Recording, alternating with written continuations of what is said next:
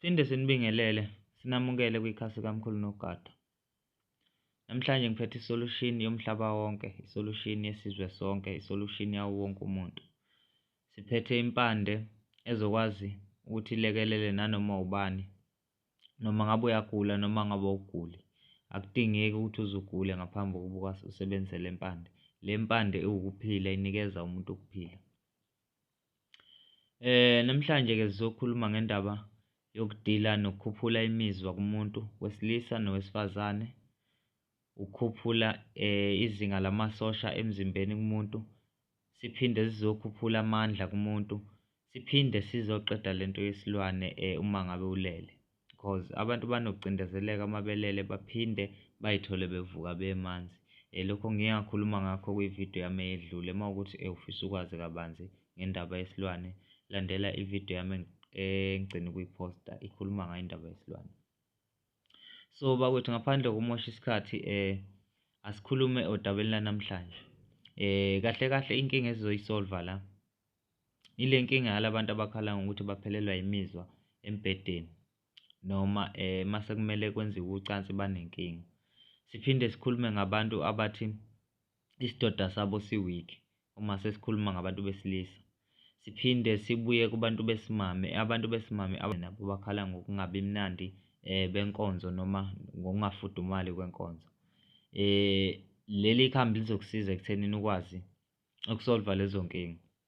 Kuphinde kuzoba ngabantu abanenkinga yokwehlelwa amasosha emzimbeni, ikakhulukazi njengoba sesinezifo ey'ningi. Umuntu uyazazi-ke ukuthi uphansi kwasiphi isimo njengoba ephila ezweni. Iyasiza-ke le mpande ekuthenini ikwazi ukubhusta amasosha omzimba. Uma ngabe uzoyisebenzisa njalo noma uhlala njalo uyisebenzisa, le mpande iyasiza kakhulu. Le mpande esikhuluma ngayo njalo ugarlic. Iphinde inikeze umdlandla osukwini, ukwazi ukuthi usuku uliphushe ngamandla ngaphandle kokuthi uzizwe ukhathele noma umzimba ukhathele, because unokuthi uyavuka ngelinye ilanga uzwe ngathi umzimba ukhathele, umzimba ugqilazekile, kodwa ungazi ukuthi ugqilazwe yini because awazi wenze lutho.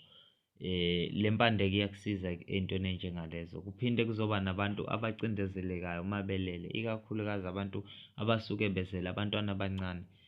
Abantwana abancane baba nenkinga bakwethu, ukuthi abakwazi ukuy'khulumela, baba nenkinga yemoya emibi, imoya engalungile. So ugarlic ungenye yezinto ezikwazi ukulekelela. Ngizochaza kodwa ukuthi uwusebenzisa kanjani ukuze ukwazi ukukusolvela lezi nkinga. Okay, ake siqale la emzweni. Uma ufuna ukukhuphula imizwa ngogarlic, uthola ugarlic, mhlawumbe ungathatha like iy'ngcezu ezimbalwa noma uthathe nje isigaxa lesi usikhathe phakathi.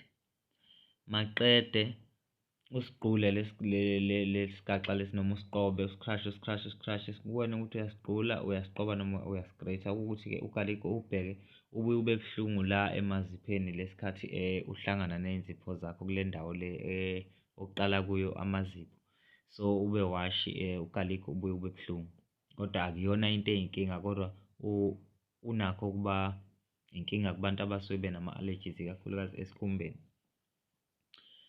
Uzowulokhuzana, uzowupheka, ubilise lo garlic lo, ubilise, ufake amanzi mhlambe angango-2 litre, let's say, ngoba wenze uhafu kagarlic, uzofaka amanzi angango-2 litre, shuthi lo ujeke. Uyayibilisa lento le, uyayibilisa, mhlawumbe uyibilise for an hour yabo.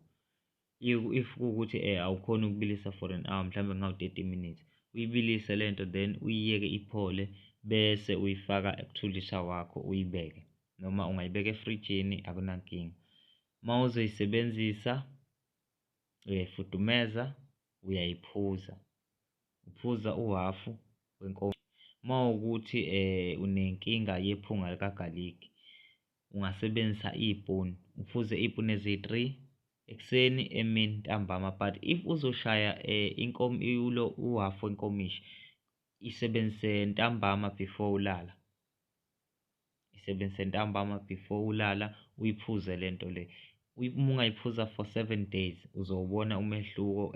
Kuzoba nomdlandla emizweni yakho, imizwa yakho izo-pick up, izoshesha. Ikakhulukazi kubantu besilisa induku ayiqine bakwethu, induku ayime. Kubantu besimame ukudla kushise, ukudla kufudumale, kungabi nokudla okubandayo.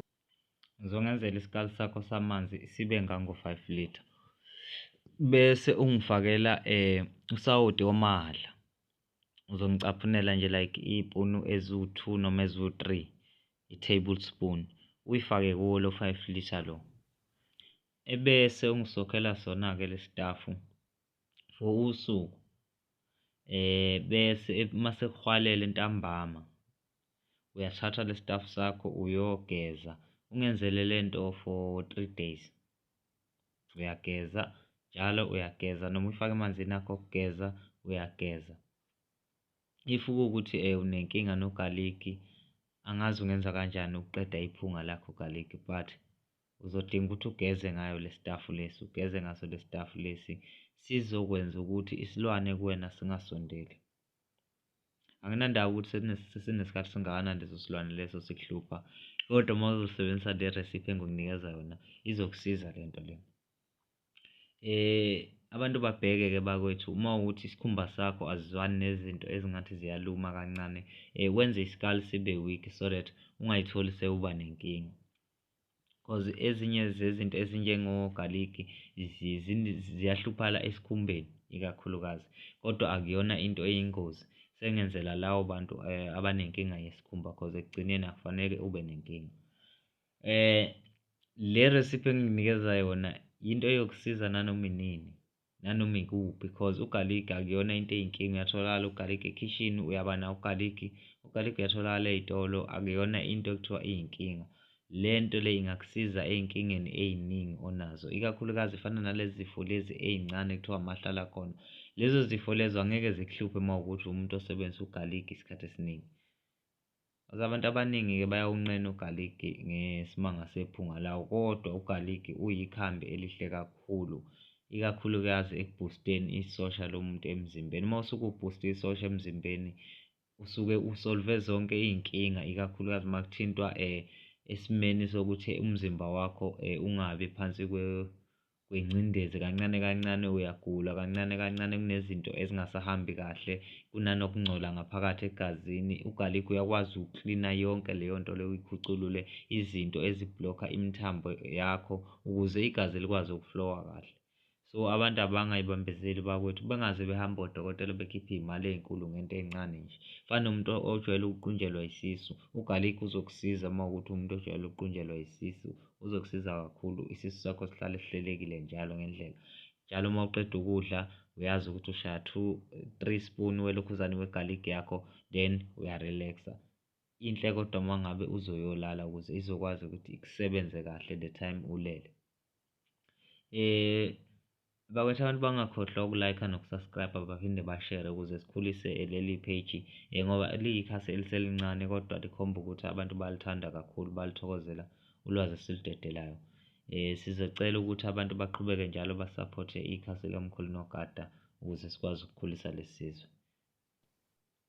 Ngoba amavidiyo ngizolo ngiwafaka nje kancane kancane, noma isikhathi kungenaso esiningi, but sizozama ukuthi sifake amavidiyo. Elandelayo ngizoyifaka I think evikini lingakapheli. Sithokoze khehla.